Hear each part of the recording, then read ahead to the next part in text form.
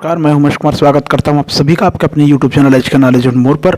मैं बात कर रहा हूं रेप्लिकेशन ऑफ डीएनए के बारे में। जैसा आप सभी जानते हैं, रेप्लिकेशन को हम डुप्लीकेशन के भी नाम से जानते हैं। रेप्लिकेशन का अगर शाब्दिक अर्थ लिया जाए तो वो होता है प्रतिकृतिकरण, अर्थात ये पुनरावृत्ति भी कह सकते हैं आप इसको। पुनरावृत्ति का मतलब होता है जो जैसे पहले बना था ठीक वैसे ही बाद में और बन जाएगा। मतलब जो पहले था उससे उसी से संबंधित उसी के समकक्ष आप कह सकते हैं यहाँ पर क्लोन एक और निर्मित होगा, तो ये पुनरावृत्ति या रेप्लिकेशन को दर्शाता है। और डुप्लीकेशन या द्विगुणन अगर मैं कह दूं का मतलब होता है एक से दो होना, तो दोनों शब्द इसके लिए जायज है। रेप्लिकेशन आप डीएनए में डीएनए का द्विगुणन भी लिख सकते हैं, आप डीएनए का पुनरावृत्ति भी लिख सकते हैं, डीएनए का प्रतिकृतिकरण लिख सकते हैं। ठीक है, आपको पता है कि जब एक महत्वपूर्ण क्रिया होती है जीवों के अंदर, जो अर्धसूत्र विभाजन की क्रिया होती है, जिसमें एक एक जीन माता से एक गुणसूत्र माता से एक गुणसूत्र पिता से आता है, तो उस दौरान जो क्रोमोसोम में उपस्थित जीन्स है वो भी एक एक होकर संतान में जाते हैं और वहाँ पर फिर से जाके दो बना लेता है, आपको पता है। ठीक है, अब सवाल ये उठता है कि अपनी एक पीढ़ी से दूसरी पीढ़ी में जाने के लिए ऐसा कौन सी प्रक्रिया को अपनाता है जिसके कारण माता पिता के समान ही गुण संतानों में आ जाता है। तो यह समझ सकते हैं आप इस डुप्लीकेशन या मेथड से। मतलब इसमें जो पुराना क्रोमोसोम या डीएनए का स्ट्रैंड रहता है गुणसूत्र के अंदर क्रोमोनिमा के धागे के रूप में जो रहता है, वो बाद में फिर से दो भागों में डिवाइड होता है और दो अलग अलग गैमेट में चले जाते हैं। मतलब एक गैमेट में चले जाएंगे, एक का माता का, और ठीक वैसे ही दो भागों में डिवाइड होगा पिता का, और एक चला जाएगा संतान के लिए बनी हुई युग्मक में या गैमेट में। दोनों मिलेगा आपस में, संतान में पूरी प्रक्रिया कंप्लीट हो जाती है। अर्थात आप समझ सकते हैं कि जो इंटरफेस की अवस्था होती है सेल डिवीजन में, इस फेस में ये पूरी प्रक्रिया संपन्न हो जाती है जो अभी आप अध्ययन करने वाले हैं। ठीक है, वैसे रेप्लिकेशन ऑफ डीएनए के बारे में बात करते हैं तो एक सबसे पहले एक साइंटिस्ट थे, डेलब्रुक नामक साइंटिस्ट ने बताया था कि डीएनए का द्विगुणन या ये कह सकते हैं कि प्रतिकृतिकरण या पुनरावृत्ति, ठीक है, तीन प्रकार की विधि में हो सकती है। मैंने तीन प्रकार की विधि यहाँ पर लिखा है, कंजर्वेटिव, सेमी कंजर्वेटिव और डिस्पर्सिव। कंजर्वेटिव मेथड को कहते हैं पूर्ण संरक्षी विधि। ठीक है, पूर्ण संरक्षी विधि का मतलब होता है, डेलब्रुक ने इसका वर्णन कुछ इस प्रकार किया था। इस विधि में सबसे पहले जो पैतृक डीएनए के दोनों स्ट्रैंड होता है वो तो टेम्पलेट की भांति काम करते ही हैं, है ना। पैतृक जो डीएनए होता है टेम्पलेट की भांति काम करते हैं, लेकिन उसी टेम्पलेट पर एक नए डीएनए खंड का निर्माण हो जाता है। इस प्रकार एक डीएनए के दोनों स्ट्रैंड पुराने होते हैं जबकि दूसरे डीएनए के दोनों स्ट्रैंड नए होते हैं। समझ में आया आपको? मतलब एक डीएनए का दोनों स्ट्रैंड पुराने होते हैं और दूसरे डीएनए का दोनों स्ट्रैंड नए होते हैं, ऐसा आप समझ सकते हैं। फॉर एग्जांपल मैं इसको इस प्रकार से अगर शो करूं, डेलब्रुक ने क्या बताया था, मैं यहाँ पर पेरेंट एक मॉलिक्यूल्स डीएनए का स्ट्रक्चर मैं शो कर रहा हूँ बहुत शॉर्ट में, बहुत अच्छे से आपको समझ में आ जाएगा। ये इस प्रकार मैं एक शो कर देता हूँ, चलो समझिए थोड़ी देर के लिए कि ये एक पेरेंट गुणसूत्र है। ये क्या है? पेरेंट डीएनए है, पेरेंट डीएनए है। ठीक है, तो कंजर्वेटिव में इन्होंने क्या बताया था, जब पुनरावृत्ति होती है, द्विगुणन होता है, तो एक डीएनए का स्ट्रैंड पूरी तरह से ओल्ड और एक डीएनए का स्ट्रैंड पूरी तरह से न्यू होता है। तो कैसे होगा न्यू? देखिए, ये है पेरेंट डीएनए, कहने का मतलब इसको मैं लिखूं कि ओल्ड स्ट्रैंड हो गया, ये ओल्ड, यही ओल्ड स्ट्रैंड यहाँ पर टेम्पलेट के समान काम करता है और दो स्ट्रक्चर बनाएगा इसका, एक पेरेंट की भांति, ये इस प्रकार का, एक इसी के समान, ठीक है, और दूसरा जो बनेगा वो इस प्रकार बनेगा, ये इस प्रकार बनेगा। ठीक है, तो इसमें जो दोनों डीएनए के स्ट्रैंड है, आप समझ सकते हैं कि ये वाला क्या है, ये ओल्ड स्ट्रैंड है और ये वाला स्ट्रैंड न्यू स्ट्रैंड है। तो ये कंजर्वेटिव मेथड कहलाता है। पूर्ण संरक्षी विधि, पूरी तरह से सुरक्षित रहता है जो पेरेंट डीएनए रहता है वो, उसके पूरे डीएनए का स्ट्रक्चर नया, एक पूरा पुराना और एक पूरा नया रहता है। ठीक है, ठीक उसी प्रकार जो सेमी कंजर्वेटिव विधि होती है, ठीक है, ये सबसे ज़्यादा मान्य है। इस विधि का वर्णन वाटसन और क्रिक ने भी किया था। मेसेल्सन और स्टाल ने इसकी प्रायोगिक पुष्टि की थी। इन्होंने बताया था कि डीएनए द्विगुणन की इस विधि में सबसे पहले जो पेरेंट डीएनए के दोनों स्ट्रैंड है वो पृथक हो जाते हैं, अलग अलग हो जाते हैं। अलग होते हैं तो दोनों स्ट्रैंड टेम्पलेट की भांति काम करते हैं और अपने संपूरक डीएनए का निर्माण करते हैं। कहने का मतलब ये है कि ये अलग हुआ तो उसका अलग हुआ एक टेम्पलेट की भांति काम करेगा, ठीक है, और जो दूसरा होगा वो संपूरक का निर्माण करेगा, मतलब दूसरा संपूरक का निर्माण करेगा। इस प्रकार डीएनए के दोनों स्ट्रैंड में एक पुराना और एक दूसरा नवनिर्मित या न्यूली फॉर्म्ड डीएनए होता है। इस मेथड को सेमी कंजर्वेटिव मेथड कहते हैं। वो होगा कैसे, अब डायग्रामेटिक समझ सकते हैं, ठीक है। मैंने यहाँ पर पेरेंट बनाया, तो पेरेंट कैसे बनेगा, यहाँ पर देखिए, ठीक है, ये एक डीएनए का हो गया, ठीक है, दूसरा डीएनए का,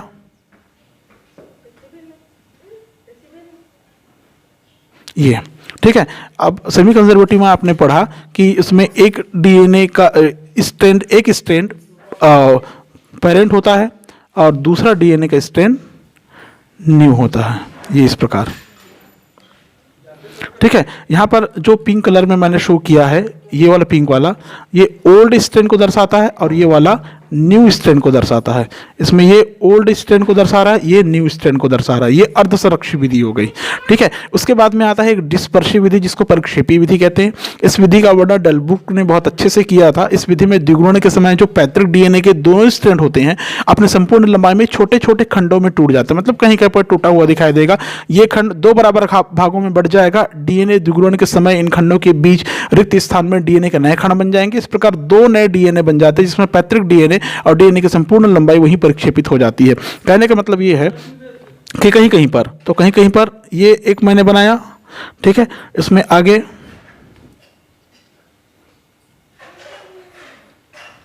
इस प्रकार मैं बना देता हूं, तो जो नया बनेगा वो इस प्रकार बनेगा, इस प्रकार बनेगा, ठीक है। ये इस प्रकार ये पूरा पूरा बन गया। मिस्टेक ये हो गया कि इसमें मेरे को ऐसे बनाना था, ये हो गया पुराना नया और वो वाला पुराना, ठीक है। इसको भी ऐसे हाफ हाफ बनाना था, मैं इसको नया बना रहा हूँ ना।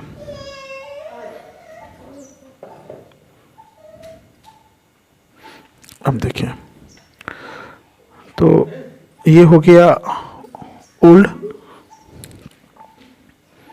ये हो गया न्यू, ये हो गया ओल्ड, ये हो गया न्यू, ठीक है। फिर ये हो गया ओल्ड,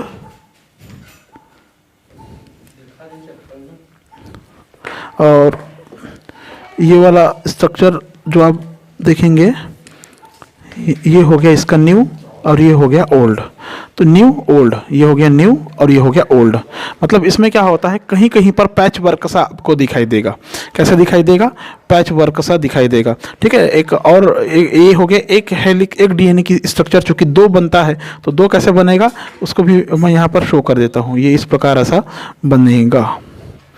तो इसमें ये नया नया नया, ठीक है, ये नया पुराना हो गया, अब फिर ये नया और ये नया, ये इस प्रकार बनता है। इस प्रकार की मेथड को हम लोग कहते हैं डिस्पर्सिव मेथड, जिसमें पैच वर्क सा दिखाई देता है, छोटे छोटे खंडों में टूट जाता है, दो बराबर भागों में बंट जाते हैं। जो रिक्त स्थान रहता है वहाँ पर डीएनए के नए खंड बन जाते हैं, वो कहलाता है डिस्पर्सिव और परिक्षेपी विधि या मेथड कहलाता है। अब फटाक से हम लोग आते हैं अपने मेन मुद्दे में, जो mechanism of semi conservative replication है। इसी को वाटसन और क्रिक ने बहुत अच्छे से प्रतिपादित किया है, जिसके अनुसार हम लोग पढ़ेंगे रेप्लिकेशन ऑफ डीएनए पढ़ेंगे, ठीक है। डीएनए पुनरावृत्ति से संबंधित कुछ एंजाइम्स के नाम मैंने पहले से नोट करके रखा है ताकि ज़्यादा वीडियो लंबा ना हो, फटाफट आप नोट कर सकते हैं इसको।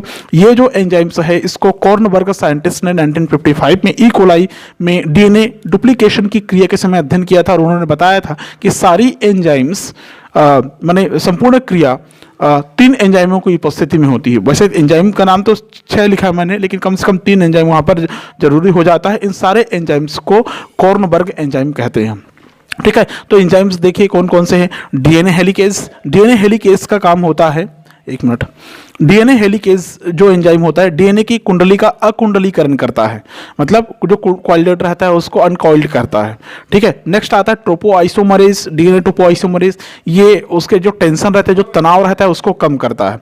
फिर आता है डीएनए पॉलीमरेज, ये डीएनए का फॉर्मेशन करने वाला होता है।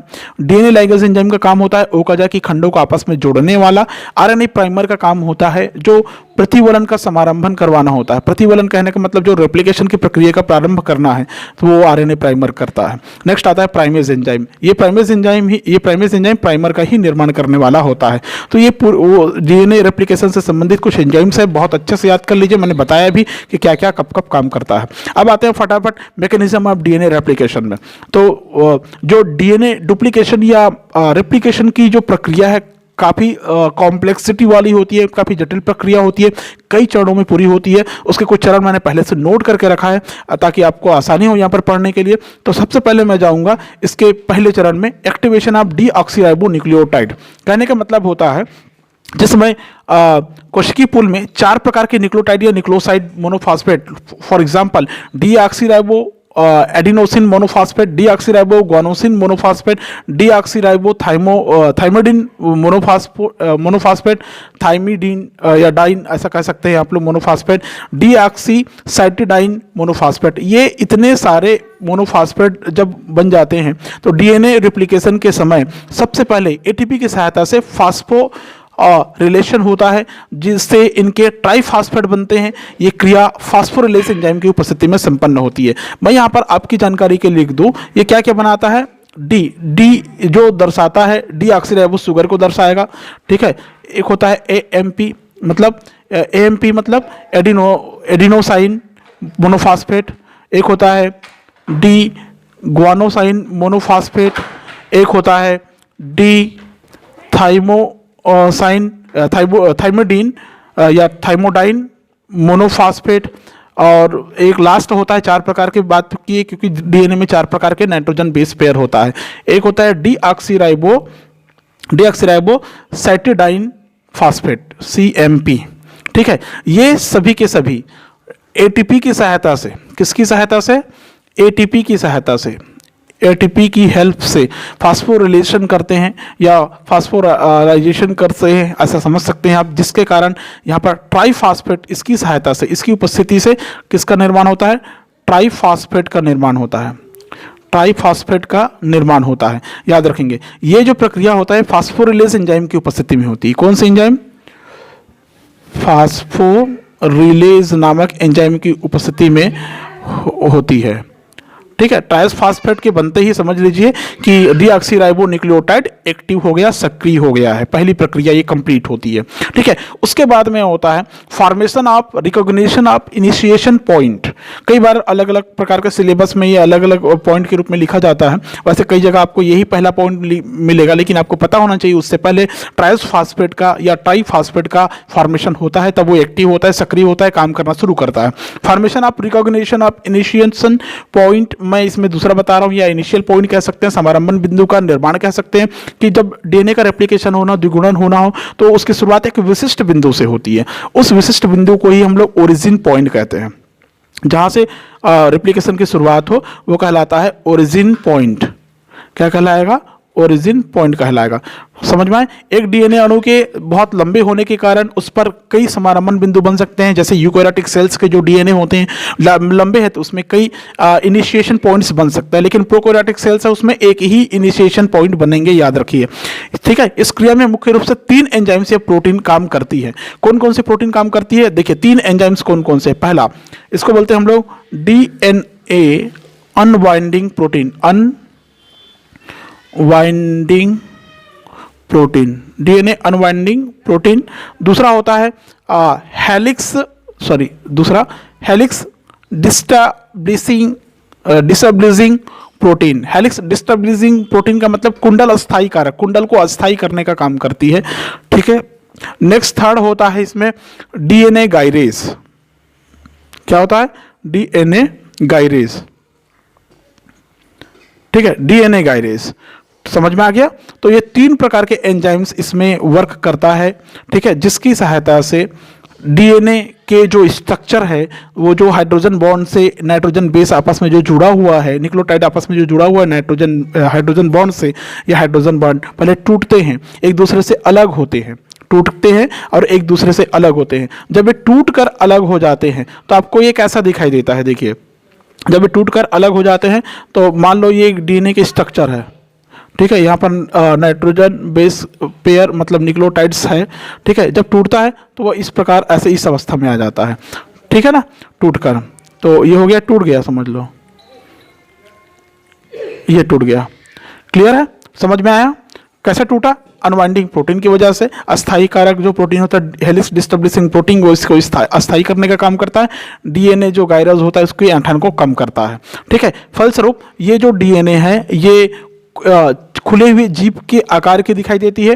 मतलब इसको मैं ऐसा बनाऊं तो ये इस प्रकार ऐसा दिखाई देगी।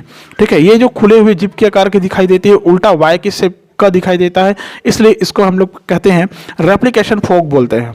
क्या बोलते हैं? रेप्लिकेशन फॉक, अर्थात हिंदी में प्रतिकृतिकरण द्विभुज बोलते हैं या द्विशाखी कह सकते हैं। प्रतिकृतिकरण या प्रतिकृति द्विभुज बोलते हैं या द्विगुणन द्विशाखी भी कह सकते हैं हम इसको। समझ गए होंगे आप? ठीक है, ठीक है। यहाँ पर हेलिकेज एंजाइम होता है। कौन सा एंजाइम? हेलिकेज एंजाइम, जो शुरू में बात किए। टोपो आइसोमरेज एंजाइम भी होता है। टोपो आइसोमेरेज एंजाइम समझ में आ गया? ऐसा लगा हुआ आपको दिखाई देगा, ऐसे इस पे पूरा जुड़ा हुआ दिखेगा आपको। समझ में आ गया? उसके बाद में दूसरा पॉइंट आता है फॉर्मेशन ऑफ आरएनए प्राइमर। ठीक है, ये जो उल्टा जो वाई के समान आकृति जो दिखाई देती है, ये उल्टे वाई की आकृति में डीएनए जो होता है वो खुली हुई आकृति के समान दिखाई देती है। कैसे दिखाई देती है? खुली हुई आकृति के समान दिखाई देती है। यहाँ पर प्रोटीन एंजाइम्स रहेगा। ठीक है, क्यों रहेगा बताऊंगा मैं। आरएनए प्राइमर का फॉर्मेशन, उसके बाद समारंभन बिंदु पर, समारंभन बिंदु मतलब हाइड्रोजन बॉन्ड टूटा तो समारंभन बिंदु पर डीएनए द्विगुणन के पहले आरएनए के एक छोटे से खंड का निर्माण होगा। मतलब जहां पर टूटा हुआ है वहां पर आरएनए के छोटे से खंड का निर्माण होगा। किसका निर्माण होगा? आरएनए के खंड का निर्माण होगा। आरएनए का खंड का निर्माण जो करेगा वो आरएनए प्राइमेज की सहायता से होगा। ठीक है ना, जो खंड का निर्माण होगा, अगर छोटे खंड मैं इसी को कहूं, ये इसी को, तो ये होगा आरएनए प्राइमर। क्या हो गया? RNA primer. समझ में आ गया? RNA primer. ये आरएनए प्राइमर का फॉर्मेशन कौन कर रहा है? आरएनए प्राइमेज नामक एंजाइम कर रहा है। समझ में आ गया? ये कुछ समय तक ही रहता है, बाद में नष्ट हो जाता है। कब नष्ट होगा ये भी बताऊंगा मैं। ठीक है, ये हो गया। उसके बाद में क्या होता है? 4th नंबर के पॉइंट आते हैं, जिसमें क्या होता है? डीएनए की नई श्रृंखला का फॉर्मेशन होता है, अर्थात formation of new DNA strand होता है। मतलब जो पेरेंट या मैटरनल जो डीएनए होता है उसकी श्रृंखला दोनों पृथक हुए स्ट्रैंड टेम्पलेट के समान काम करता है। मतलब इसमें जो क्या बोलते हैं, जो डीएनए का खंड है, ये पुराना जो डीएनए का खंड है ये टेम्पलेट या सांचे के समान काम करेगा। ठीक है, ये हो गया ऐसा, मैं ऐसा क्लियर कर देता हूँ। ठीक है ना, अगर मैं इसको नाम दूं 5 डेज, इधर हो जाएगा 3 डेज, इधर हो जाएगा 5 डेज, इधर हो जाएगा 3 डेज। क्लियर है? ठीक है, यहाँ पर वो स्ट्रैंड हाइड्रोजन बॉन्ड, मतलब क्या बोलते हैं इसको, नाइट्रोजन न्यूक्लियोटाइड्स के पेयर आपको दिखाई देंगे। ठीक है, अब क्या होगा? हमने कहा कि आरएनए प्राइमेज की सहायता से यहाँ पर छोटे से आरएनए खंड का निर्माण होता है। ठीक है, तो पहले एक छोटे से आरएनए खंड का निर्माण 3 डेज 5 डेज दिशा 3 डेज 5 डेज के विपरीत दिशा में होता है। मतलब ये जो न्यू बना हुआ स्ट्रैंड दिखाई देगा ये 5 डेज हो जाएगा, सीधी सी बात है। ठीक है, क्या रहता है? ये आरएनए के स्मॉल पीसेस या सेगमेंट का निर्माण होता है। अगर मैं यहाँ पर लिखूँ इसको आरएनए प्राइमर तो कोई गलत नहीं होगा, आरएनए प्राइमर। ठीक है, आरएनए प्राइमर का निर्माण हुआ। ठीक है, तो पुराना वाला जो स्ट्रैंड होता है ये टेम्पलेट कहलाता है। क्या कहलाता है? टेम्पलेट या सांचे कहलाते हैं। इस टेम्पलेट या सांचे पर पहले आरएनए के छोटे खंड का निर्माण हुआ। समझ में आए? ये क्रिया डीएनए पॉलीमरेज की सहायता से संपन्न होगी। मतलब टेम्पलेट के जो समान जो काम करेगा, ये इसके लिए एक एंजाइम काम करेगा, वो होता है डीएनए पॉलीमरेज।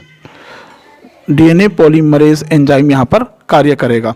ठीक है, जिसकी सहायता से ये टेम्पलेट में या सांचे में कन्वर्ट हो जाएगा। प्रोकैरियोट्स में ये एंजाइम्स 3 प्रकार का होता है। एक होता है डीएनए पॉलीमरेज, फर्स्ट, सेकंड और थर्ड। प्रोकैरियोट में कितने प्रकार का होता है? 3 प्रकार का, फर्स्ट, सेकंड और थर्ड। ये 3 प्रकार का डीएनए पॉलीमरेज एंजाइम आपको देखने को मिलेगा। समझ में आ गया? ये सारे के सारे एंजाइम्स टेम्पलेट के ऊपर अनुपूरक क्रम में न्यूक्लियोटाइड्स को 5 डेज 3 डेज दिशा में जोड़ते जाते हैं, जोड़ने में सक्षम होते हैं। मैंने कहा ना 5 डेज 3 डेज दिशा में ऐसा जोड़ते जाएंगे। ठीक है, ये जोड़ते जाएंगे कहने का मतलब होता है ये आगे बढ़ते जाता है। ठीक है, डीएनए प्रतिलिपिकरण या द्विगुणन में मुख्य रूप से डीएनए पॉलीमरेज थर्ड ही भाग लेता है। सबसे मेनली अगर एंजाइम्स की बात करें तो डीएनए पॉलीमरेज थर्ड एंजाइम ही भाग लेगा। डीएनए पॉलीमरेज फर्स्ट और 2 रिपेयर के समय काम आता है। ठीक है, मैं आखिरी में यहाँ पर एक पॉइंट नोट किया हूँ, यहाँ पर डीएनए यहाँ पर नोट कर रहा हूँ, आपको दिखाऊंगा बाद में। Polymerase first N2 DNA repair का काम करने वाला होता है, लेकिन 3 यहाँ पर काम करेगा, जिसकी सहायता से एक खंड आगे बढ़ते जाएगा, आगे बढ़ते जाएगा। कुछ जीवों में 4 और 5 एंजाइम भी पाए जाते हैं, जो SOS कह सकते हैं हम लोग इसको, एंड डीएनए पॉलीमरेज की तरह कार्य करता है। सबसे पहले क्या होता है, डीएनए पॉलीमरेज एंजाइम डीएनए के टेम्पलेट से जुड़ता है। मतलब यहाँ पर एक DNA polymerase enzyme DNA polymerase enzyme DNA के टेम्पलेट से जुड़ेगा। ठीक है, ये जुड़ेगा तो क्या होगा, इसके बाद इसके अणु टेम्पलेट पर धीरे धीरे 5 डेज 3 डेज दिशा में गमन करने लगते हैं। ठीक है, 5 डेज 3 डेज दिशा में ये गमन करने लगता है। मतलब ये आगे बढ़ते जाएगा, ऐसे आगे बढ़ते जाएगा, आगे बढ़ेगा तो इस टेंडर से आगे बढ़ते जाएगा। क्यों आगे बढ़ेगा, क्योंकि ये जब आगे बढ़ेगा डीएनए पॉलीमरेज एंजाइम, तो उसी टेम्पलेट पर धीरे धीरे 5 डेज 3 डेज दिशा में न्यूक्लियोटाइड्स के फास्फेट, कौन सा फास्फेट, DGTP, DATP, DCTP और DTTP। मतलब वहां पर आपने मोनो पढ़े थे, ये देखिए मोनो, ठीक है ना। हमने कहा था ना ट्राइस फास्फेट का निर्माण होता है, ट्राइस फास्फेट बन गया है, तो ट्राइस फास्फेट कौन कौन सा होगा इसमें।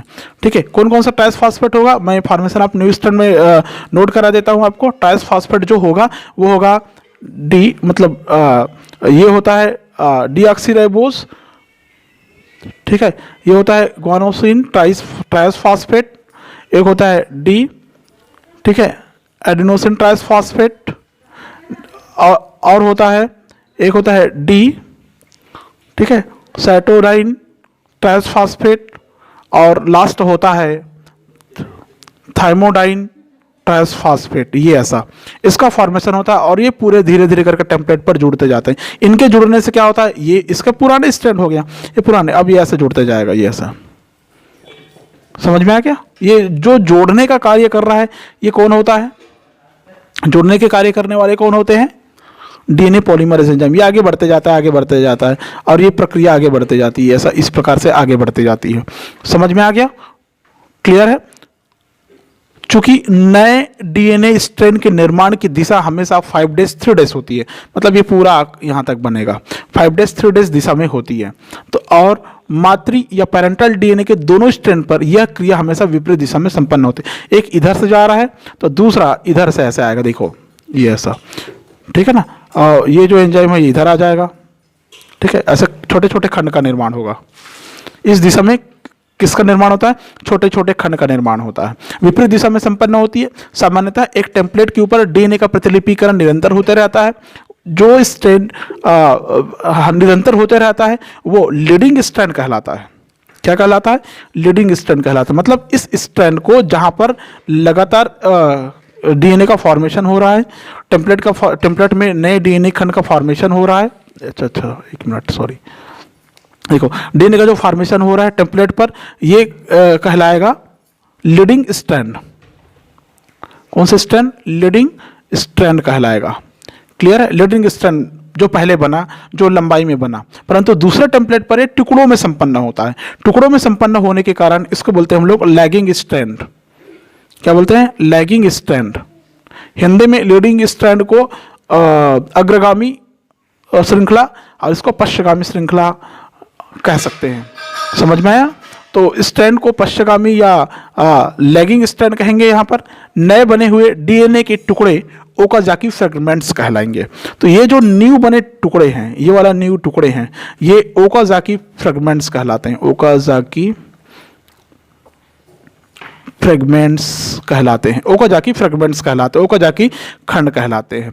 समझ गए, ठीक है। अब जैसे डीएनए पॉलीमरेज की बात हमने किया, तो डीएनए पॉलीमरेज से लंबाई में बढ़ते जाएगा, लंबाई में बढ़ते जाएगा, लगातार इधर आ गया, फिर आगे आ गया, और आखिर में क्या होता है, ये डीएनए पॉलीमरेज नामक जो एंजाइम है इस जगह पर आया और यहां से क्या हो जाएगा, रिलीज्ड हो जाता है। जब उसके हेलिक्स का फॉर्मेशन पूरा हो जाए, रिलीज डीएनए पॉलीमरेज। समझ में आ गया, ठीक है। यहां पर क्या हो जाता है, रिलीज हो जाता है, याद रखेंगे आप लोग। ओकाजाकी फ्रेगमेंट समझ में आया, क्लियर है। अब क्या होता है, 4th नंबर के पॉइंट में, नेक्स्ट पॉइंट में जाएंगे आप, एक्सटिंक्शन ऑफ आरएनए प्राइमर। अब क्या होगा, आरएनए प्राइमर का उच्छेदन होगा। जो डीएनए के टेम्पलेट पर आरएनए पहले आगे आगे चल रहा था, प्राइमर के समान काम कर रहा था, ओकाजाकी खंड के पहले आरएनए प्राइमर का निर्माण हो जाता है। ओकाजाकी खंड के पहले किसका निर्माण हो जाता है? आरएनए प्राइमर का निर्माण हो जाता है।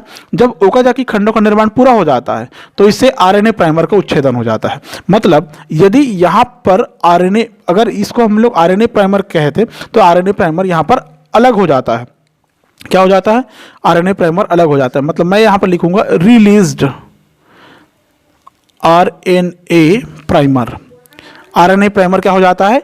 रिलीज हो जाता है, मुक्त हो जाता है, उच्छेदन हो जाता है, एक्सेक्शन हो जाता है।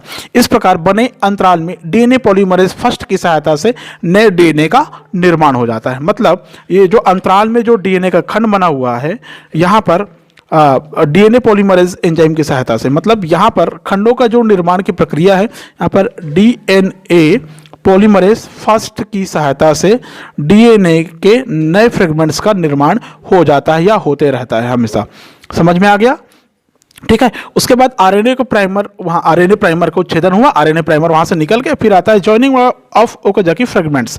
जो ओकाजाकी छोटे छोटे खंड बने होते हैं, टुकड़े में बने हुए रहते हैं, तो डीएनए की प्रतिलिपिकरण की क्रिया दोनों स्ट्रैंड या टेम्पलेट पर पूरी होने के बाद जो पास के जो ओकाजाकी फ्रेगमेंट है, जो कि 5' 3' एंड की ओर होती है, डीएनए लाइगेज एंजाइम की सहायता से जुड़ जाते हैं।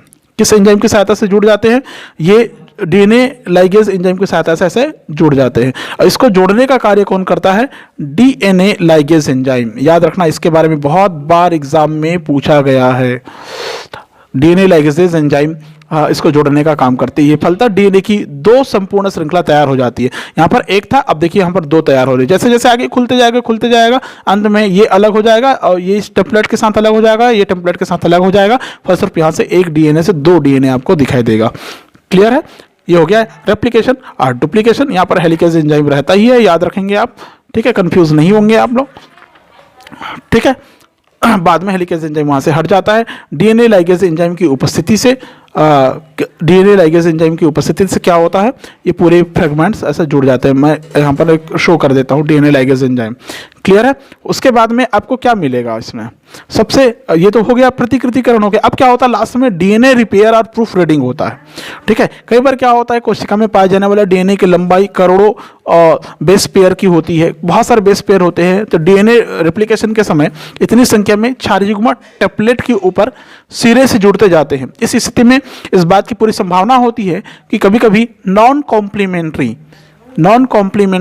नाइट्रोजन बेस वहां पर मिल जाते हैं, आ जाते हैं। उसको ठीक करने के लिए 2 प्रक्रिया कोशिकाओं में होती है, कुछ प्रक्रियाएं होती है। जैसे डीएनए पॉलीमरेज फर्स्ट नए डीएनए स्ट्रैंड में होने वाले बेस सीक्वेंस की गड़बड़ी को पहचान लेता है और फौरन उसके पीछे आकर उसे सही न्यूक्लियोटाइड की सहायता से ठीक करता है।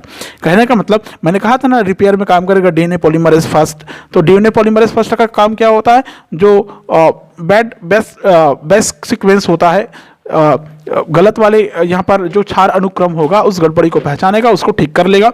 कभी कभी क्या होता है, डीएनए पॉलीमरेज थाइमिन और यूरेसिल में पहचान नहीं कर पाता, तो कहीं कहीं पर डीएनए स्ट्रैंड में थाइमिन के स्थान पर यूरेसिल जुड़ जाता है। इसका बाद में अन्य एंजाइम की सहायता से उसको फिर से रिपेयर कर लिया जाता है। ठीक है, कभी कभी कोशिका के अंदर पाए जाने वाले डीएनए चोट या किसी अन्य कारण से क्षतिग्रस्त हो जाते हैं, जिसके कारण वो श्रृंखला टूट जाती है। ऐसी स्थिति में क्या होता है, आपने देखा होगा ना कि कभी चोट लगती है तो कोशिकाएं टूट गई, फट गई, कट गई। उस स्थिति में डीएनए का कुछ हेलिक्स भी वहां पर डैमेज होता है। इस स्थिति में कोशिका के अस्तित्व को बनाए रखने के लिए उसका रिपेयर आवश्यक हो जाता है और डीएनए पॉलीमरेज फर्स्ट और सेकंड सही न्यूक्लियोटाइड्स को जोड़कर अपने कार्य को पूरा करता है।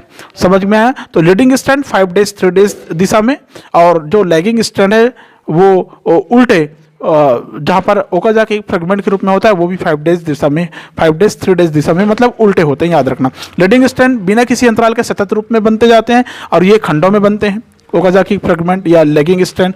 ठीक है, लीडिंग स्ट्रैंड के निर्माण के लिए आरएनए प्राइमर की आवश्यकता पड़ती है, लेकिन ओकाजाकी फ्रेगमेंट के लिए अलग अलग आरएनए प्राइमर की आवश्यकता पड़ती है। इसके लिए अलग अलग प्राइमर, मैंने जो पिंक कलर में शो किया है, अलग अलग प्राइमर को दर्शा रहा है, ध्यान रखेंगे। डीएनए के कार्य सभी को पता है कि पादप विषाणुओं को छोड़कर सभी जीवधारियों में डीएनए हेरिडेटरी मटेरियल के रूप में पाया जाता है। एक पीढ़ी से दूसरी पीढ़ी में आनुवंशिक सूचनाओं को संवाहक होता है।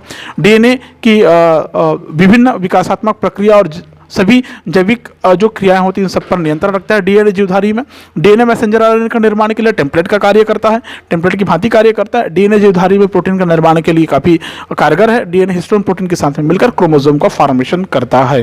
क्लियर है? तो ये पूरी प्रक्रिया मैंने बताया आपको रेप्लिकेशन ऑफ डीएनए में। उम्मीद करता हूँ कि वीडियो पसंद आया होगा। वीडियो पसंद आया प्लीज़ वीडियो को लाइक करें, शेयर करें, कमेंट करें। चैनल पर पहली बार आए तो प्लीज़ चैनल को सब्सक्राइब कर ले। ठीक है, थैंक यू सो मच।